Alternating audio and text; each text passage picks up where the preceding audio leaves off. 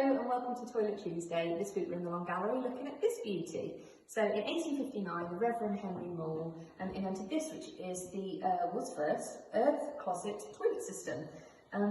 He figured out that you could use dry earth or peat to turn human waste into compost in just a few weeks. And he was inspired to do this. He took up sanitary science after some cholera epidemics, and in 1858 there was the Great Stink in London, which is where they had a particularly hot summer, and the banks of the River Thames were kind of lined with human waste and the smell was horrendous, so he kind of turned his mind to this.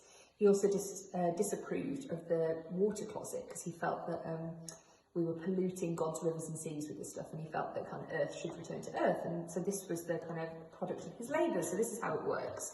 So at the front there's a flap, and you would slide a bucket under there, kind of like a chamber pot, to catch what you needed to catch.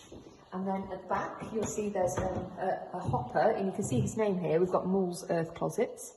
And in this hopper, through the flap at the top, you would pop in peat or dried earth. Now the idea is that you'd go to the loo and do what you need to do, and then you would pull this handle, and a certain amount of the peat or the dried earth would drop then through the mechanism into the bucket, and that would kind of suppress the smell and start the composting process.